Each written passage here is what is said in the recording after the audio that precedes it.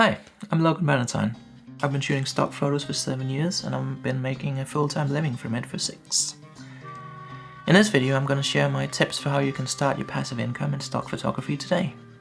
Welcome to part 1 of my series on getting started in stock photography. If you haven't already subscribed, consider doing so you won't miss out on any future updates. If you haven't already watched the introduction to this series where I talk about my personal journey in stock photography, you can watch that here. Maybe it's up there.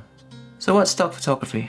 For the purposes of these videos, a stock photo is a photo you took that you can license to multiple clients an unlimited number of times. Today, someone might buy a photo of your dog to put on a personal greeting card. Tomorrow, someone might buy the same photo to raise awareness for an animal shelter. Or some weirdo might use it to make fake "have you seen this dog" posters. I don't know why anyone would do that, but if you're selling your photos through a stock agency with a standard license, in most cases anyone can buy your image and use it for whatever they want for as long as they want. And you're paid once by each client at the time they purchase the license. So you could potentially sell the same image to 1 million different people and they'd all pay you to use your photo. Very unlikely to happen, but yeah. So you decided you want to build up a library of stock images and collect residual income from it. How do you get started? You might think getting a camera is the first step. Nope, you already have a camera. Chances are the camera in your phone is good enough to get some shots that will sell, especially if you decide to focus on editorial images. Step 1 is preparing yourself psychologically, more specifically preparing yourself for failure, epic failure. It's a lot easier to open an account with the stock agencies now than it was when I first signed up. Back then you had to submit 10 images and the reviewers would use the usual criteria to see if it was something they would include on their sites. You needed 7 out of 10 to pass, I think. If you didn't pass, you couldn't open an account and you had to wait 30 days before reapplying with a new batch of images. At the time I'd been doing event and portrait photography for a couple of years. I'd even had some of my work exhibited as part of a gallery show. This was as a street photographer, my real passion, but nobody paid me for that. I was rejected twice by more than one agency. The first time I was so angry about that.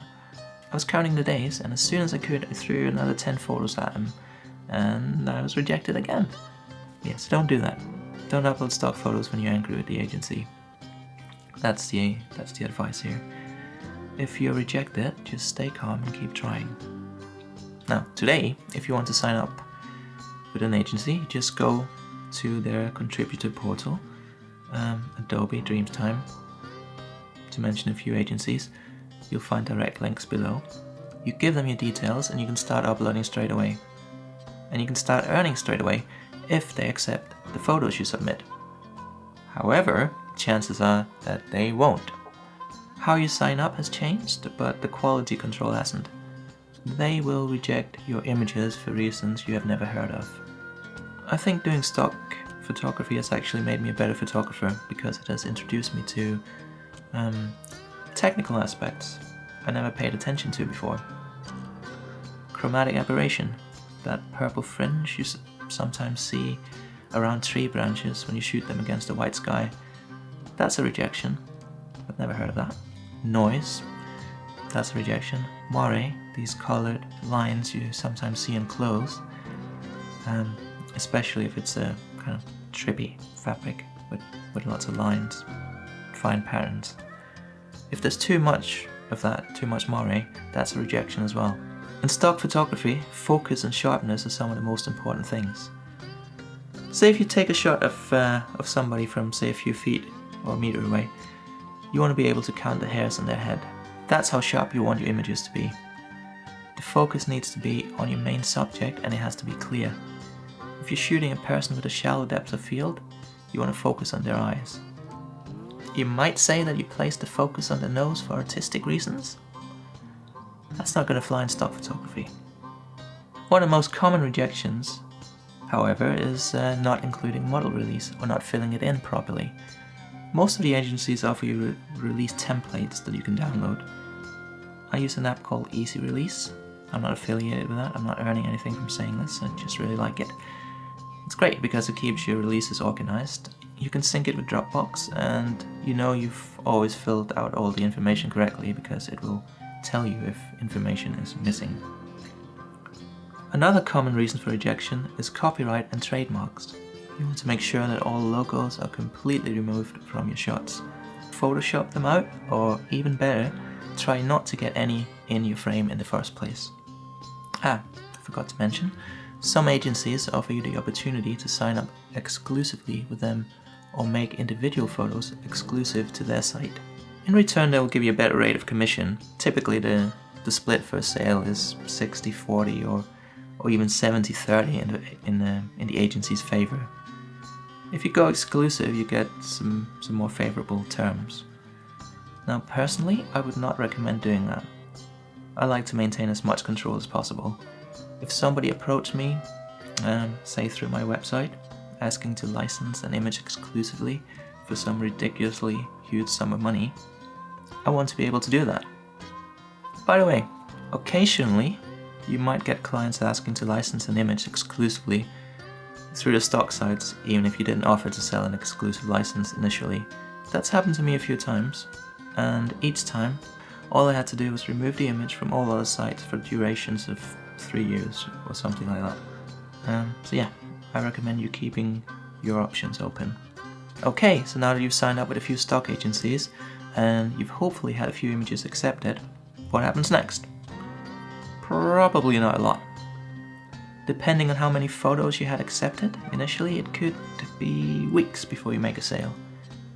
It won't be a lot of money, and most agencies won't actually approve a payout unless you've made at least $50. Getting started in stock photography is hard, so why bother? Well, because if you get past those first hurdles, if you put in the hours and keep going, the rewards can be immense. Stock photography is a billion-dollar industry, and there are some photographers who have actually made millions from doing this. I'm not one of them. There's something really special about that first sale as well. I remember mine clearly. This was probably just over a week after I started submitting. I was watching television, home improvement show, enjoy those, and bing! I got an email. Your image has sold. Oh. This was it here. Just some rocks I shot on a holiday in Iceland. Like, I was reading this email and I was thinking, whoa! I just made some cash just sitting here watching home improvement shows. Now that motivated me to keep going, to shoot more pictures, to upload more. And that's really my number one tip, to just keep uploading all the time, keep it going. That's what I did. And for the first 4 months, I averaged around $3 a month. But I kept uploading, and then all of a sudden I was earning $100 a month, then $300. A year after I started doing stock, I was able to quit my other jobs. No more bartending, no more delivering sandwiches, and no more working as an extra in film productions. My last major appearance was in the Heart of the Sea. I play a Polynesian man shopping for harpoons in Nantucket. 2 years after starting stock photography, I was earning $5,000 a month. There are many photographers who earn a lot more than that. How much are you going to earn at first though? Well, the stock sites all pay different percentages to their contributors. As a contributor, I'm not allowed to talk about the exact rates or my exact personal earnings. I know lots of other people are doing that, but they're not really supposed to. But when you sign up, you'll be able to see for yourself straight away. On average, I'd say as a new contributor, you'll probably get around 10-20 cents per sale. Yeah, you heard that right. 20 cents. Well, you might say to yourself, I used to say this, I'm a serious photographer, I'm an artist. I'm not selling my photo for 20 cents. My picture should be in art galleries. Okay, fair enough. But let's look at the math. If you're looking at this purely from the point of view of feeding yourself and your family, would you rather wait for a few years to see if someone might pay, $200 for your photo at an exhibition? Or do you want to start earning passive income from it right now and earn $350 within the same time frame by selling it for 35 cents 1,000 times. Stock photography, like any type of financial asset building, is about taking the long view. Not to mention, this is 1,000 people using your image for something. An article, a poster, a book cover, that will be seen by maybe another 1,000 people for every single use. So that's 1 million people seeing your work. If you're an artist, surely that's what you want, right? For your work to be seen.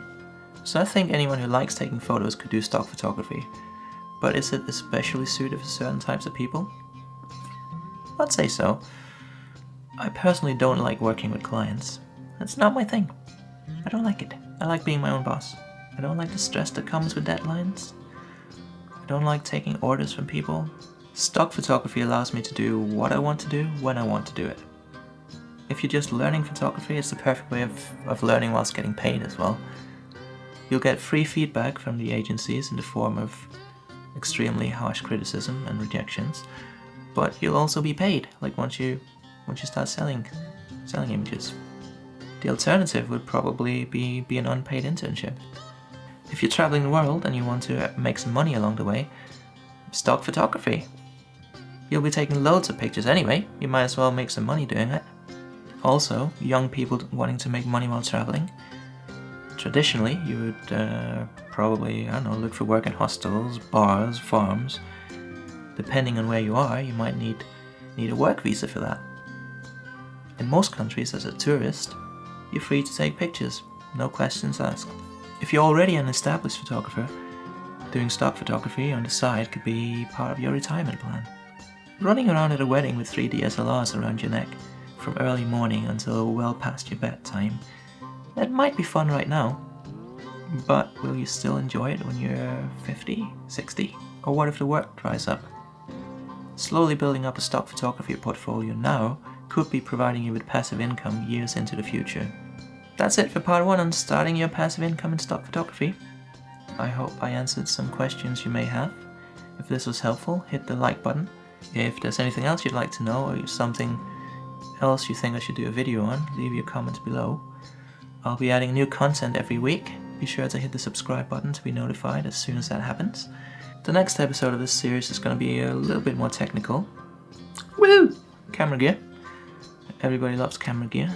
I'll be talking about my equipment that I use for stock photography, what I think you might need, and perhaps more importantly, what you don't need, because you don't really need a lot. You don't. See you later.